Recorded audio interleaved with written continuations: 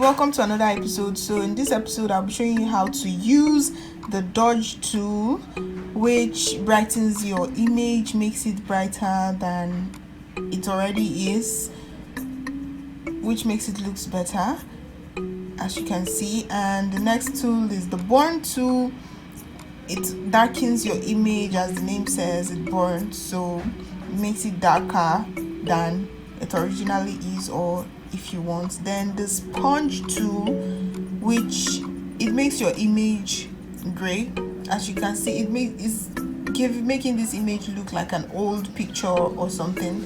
Yes, it's giving it this kind of old vibe, like an old grandpa picture and stuff like that. So that's basically it. So don't forget to like, subscribe, and see you in the next episode.